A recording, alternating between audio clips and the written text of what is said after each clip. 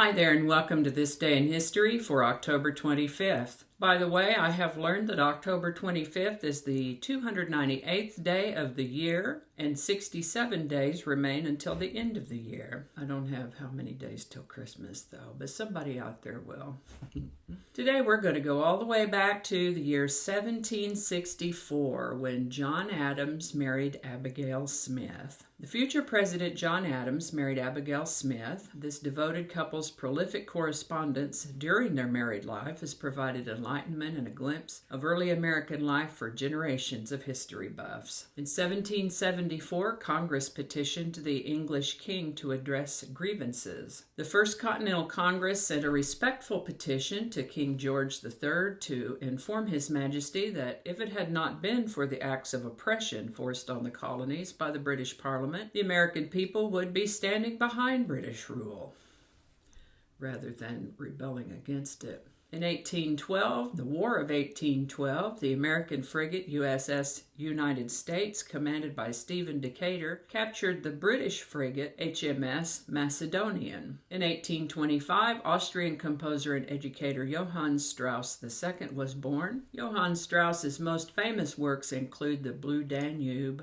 Kaiserwalzer, which means the Emperor Waltz, and Tales from the Vienna Woods. He died in 1899 at the age of 73. In 1838, French pianist and composer Georges Bizet was born on this date. Bizet is best known for his opera Carmen. He worried, though, that themes of betrayal and murder in the opera would offend audiences. And once the opera premiered, he was convinced that the work was a failure. Sadly, he died of a heart attack 3 months later, completely unaware that it would prove a spectacular and enduring success. He died in 1875 at the age of 36. In 1853, Native Americans attacked a transcontinental railroad survey crew in Utah. On this day in 1854, a British light brigade attempted to charge the Russian troops on a hill, but they misunderstood their orders and charged down the hill instead of up. Hundreds of British soldiers were surrounded and about 200 were killed. This event is known as the Charge of the Light Brigade.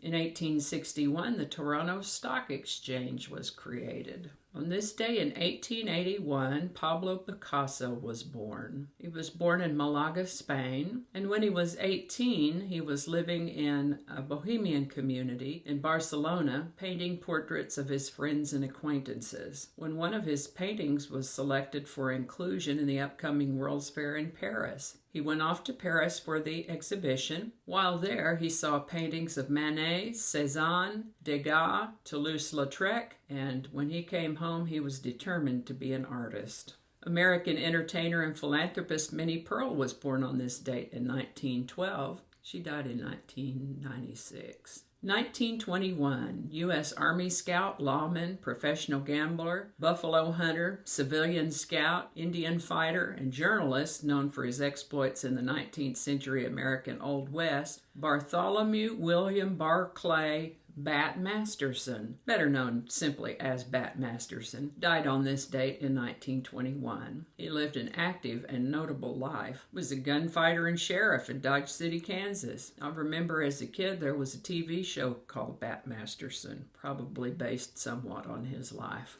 He was born in 1853, by the way. In 1924, the American actor Billy Barty was born. He died in 2000. In 1929, a U.S. cabinet member was found guilty in the Teapot Dome scandal. During the Teapot Dome scandal, Albert B. Fall, who served as Secretary of the Interior in President Warren G. Harding's cabinet, was found guilty of accepting a bribe while in office. 1940, Benjamin O. Davis Sr. was named the first African-American general in the United States Army. 1941, Helen Reddy, Australian-American singer, songwriter, and actress, was born. This is also the birthday of novelist Ann Tyler. She was born in Minneapolis, Minnesota in 1941. One of the books that she wrote is called The Accidental Tourist, and I have read that. It's also been made into a movie. She's got another one called Back When We Were Grown-Ups.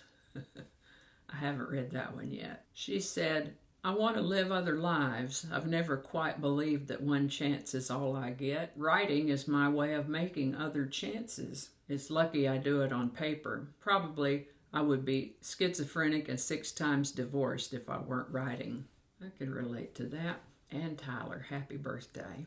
In 1944, the English singer, songwriter, and guitarist John Anderson was born. In 1944, the first kamikaze attack of the war began that day during the Battle of the Leyte Gulf. The Japanese deployed kamikaze, a word that means divine wind. These were suicide bombers against American warships. It would prove costly to both sides. Also in 1944, Heinrich Himmler ordered a crackdown on the Edelweiss pirates, a loosely organized youth culture in Nazi Germany that had assisted army deserters and others to hide from the Third Reich. This reminds me of the story of The Sound of Music, when the von Trapp family got on stage and sang that lovely song, Edelweiss. 1945, 50 years of Japanese administration of Taiwan formally ended when the Republic of China assumed control. 1952, English computer scientist, mathematician, and academic Wendy Hall was born. In 1962, relative to the Cuban Missile Crisis, Adlai Stevenson showed the United Nations Security Council reconnaissance photographs of the Soviet ballistic missiles in Cuba. In 1971, the People's Republic of China replaced the Republic of China at the United Nations. 1973, President Nixon vetoed the War Powers Resolution. The War Powers Resolution would limit presidential power to commit armed forces abroad without congressional approval. The bill was introduced by Senator Jacob K. Javits of New York and required the president to report to Congress within 48 hours after commitment of armed forces to foreign combat, and was limited to 60 days, the time that they could stay there without congressional approval. The legislation was an attempt by Congress to regain control of the power to make war. Nixon claimed that the bill imposed unconstitutional and dangerous restrictions on presidential authority. Nevertheless, Congress passed the law over Nixon's veto on November 7, 1973. In 1980, Australian rock gods AC/DC earned their first top 40 hit with You Shook Me All Night Long. Somehow I had missed that they were Australian. 1992, American singer, songwriter, and actor Roger Miller died. Whenever I think of Roger Miller, I think of King of the Road. I won't sing it right now, though. In 1993, American actor Vincent Price died. He played some pretty scary characters in his life. The one I most remember him for, though, was as the scientist in Edward Scissorhands. Oh my goodness, in 1994, a woman named Susan Smith reported a false carjacking to cover up the murder of her children. Ironically, the murder came to light because she had covered her tracks too well. She thought that the car and its children would be discovered in the lake shortly after the search was started. She never anticipated that the authorities would not be able to find the car, and after living under the pressure of media scrutiny day after day, she buckled. She was convicted on 2 counts of murder and sentenced to life in prison. That is a complicated and tragic story of a bunch of extremely selfish people trying to get what they wanted. In 2013, American actor, stuntman, director, and screenwriter Hal Needham passed away. And I usually like to wrap up with something a little bit happy, but I just wasn't able to come up with much happy news at the end of the timeline. So I guess we're going to let that be about it for today, October 25th. As always, links to my research are in the show notes. Thank you so much for watching. Give it a like if you enjoyed this video. Consider subscribing if you haven't already, and feel free to share. Thanks again, and I'll see you next time. On October, okay, with the notifications, blah, blah, blah, coffee mug. I forgot about that.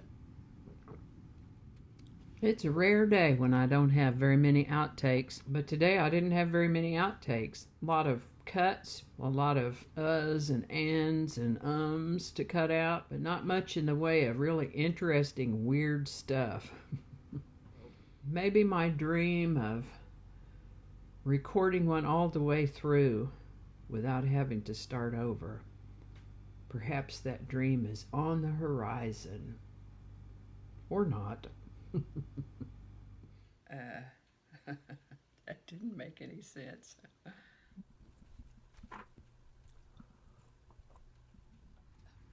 Sure would be nice if I could ever read one of these in its entirety without having to start anything over. That would be awesome. I might have to take another look at that. I'm going to have to look at that. So, plumbing happens.